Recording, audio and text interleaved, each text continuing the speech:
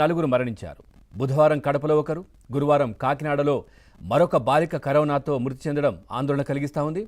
ఇక ఇప్పటి వరకు నమోదైనటువంటి మొత్తం కేసుల్లో కడపలో అత్యధికంగా కూడా 8, గుంటూరు జిల్లాలో 2, విశాఖపట్నం, కాకినాడలో ఒక్కొక్కటి చొప్పున కేసులైతే నమోదయ్యాయి.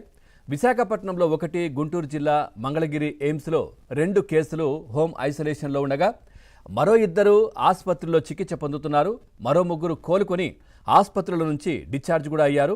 మనం చూస్తే కనుక 2020-22 మధ్య ప్రపంచాన్ని వణికించినటువంటి కరోనా ఆ తర్వాత తగ్గుముఖం పట్టిన విషయం తెలిసిందే. గత 4 ఏళ్లలో అక్కడక్కడ 1-2 కేసులు మినహా పదుల సంఖ్యలో వెలుగులోకి వచ్చినటువంటి దాఖలాలు ఎక్కడ కూడా కనిపించలేదు. గత 2 వారాల వ్యవధిలో కడప, రాజంపేట, విశాఖపట్నం, మంగళగిరి, కాకినాడలో వరుసగా కేసులైతే బయటపెడుతుండడంతో మళ్ళీ అలజడైతే మొదలైంది. పూర్తిగా వారం క్రితం కడప, రాజంపేటలో 8 పాజిటివ్ కేసులైతే నమోదయ్యాయి. వారిలో ఒకరి పరిస్థితి విషమించడంతో తిరుపతికి పంపించగా అక్కడ చికిత్స పొందుతూ మరణించారు. మరొకరు కడప నుంచి తమిళనాడులోని సిఎంసి ఆసుపత్రిలో చికిత్స పొందుతూ చనిపోయారు. ఇక బుధవారం మరో వ్యక్తి కడప ఆసుపత్రిలోనే చికిత్స పొందుతూ మరణించడం జరిగింది. ఇక తాజా మరణాలతో కడపలో కరోనా బారిన పడినటువంటి 8 మందిలో 3 మృతి చెందినట్లయితే అయింది. కాగా జూలై 1 నుంచి దేశవ్యాప్తంగా 339 కోవిడ్ కేసులైతే నమోదైనట్లు ఆరోగ్య శాఖ అయితే తెలిపింది. ఇక జూన్ 26 నుంచి జూలై 16 వరకు అంటే రాష్ట్రంలో 67 మందికి కోవిడ్ పరీక్షలైతే చేసినట్లు పేర్కొంది. ఇక 5 శాంపిల్స్ను పూణేలోని వైరాలజీ ల్యాబ్కి అయితే పంపించినట్లు కూడా చెప్తా ఉన్నారు. ఇక ఆరోగ్య శాఖ అప్రమత్తంతో ఏ విధంగా అంటే పూర్తిగా అప్రమత్తమైంది. ప్రస్తుతం రాష్ట్రంలో కోవిడ్ కేసులు పెరుగుతుండడంతో ఆరోగ్య శాఖ కూడా అప్రమత్తమైంది. స్టేట్ ర్యాపిడ్ రెస్పాన్స్ టీంలు అంటే NPPSEMలను సిద్ధం కూడా చేసింది.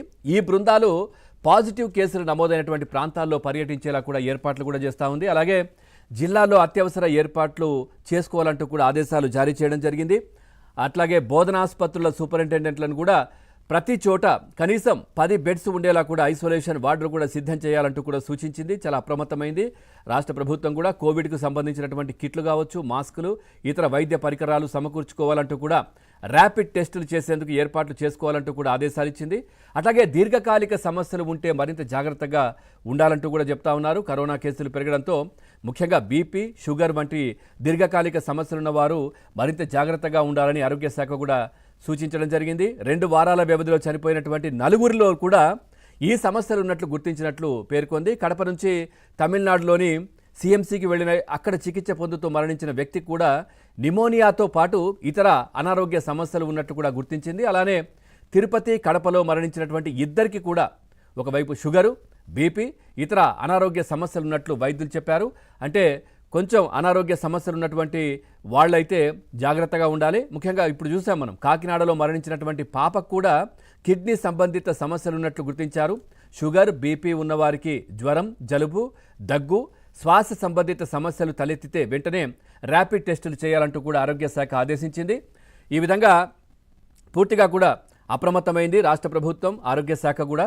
సో అసలు ఎట్లాంటి జాగ్రత్తలు తీసుకోవాలి, ఒకవేళ ఏదైనా సిమ్టమ్స్ కనిపిస్తే ఏం చేయాలి, మళ్ళీ కూడా దీనికి సంబంధించి వైద్యులు కూడా సూచనలు కూడా చేస్తూ ఉన్నారు. ఇప్పుడు మన చర్చలో భాగంగా కూడా మనతో పాటు 2 వైద్యులు కూడా ఉన్నారు. అసలు ఏం చేయాలి ఏంటి ఈ సీజన్లో, ఇప్పుడు సీజనల్ వర్షాకాలం కూడా కాబట్టి సో త్వరగా స్ప్రెడ్ అయ్యే అవకాశాలు కూడా ఉంటాయి. సీజనల్ వ్యాధులతో పాటు అంటే జలుబు, దగ్గు, ఇతరత్ర సమస్యలతో పాటు మరి కరోనానా ఇదా అనే కన్ఫ్యూజన్లో కూడా ప్రజలు ఉండే పరిస్థితి ఉంటుంది. కాబట్టి ఏం చేయాలి ఏంటి వీటన్నిటికి సంబంధించి మనం చర్చలోకి వెళ్దాం. చర్చలో పాల్గొంటున్నారు డాక్టర్ విష్ణు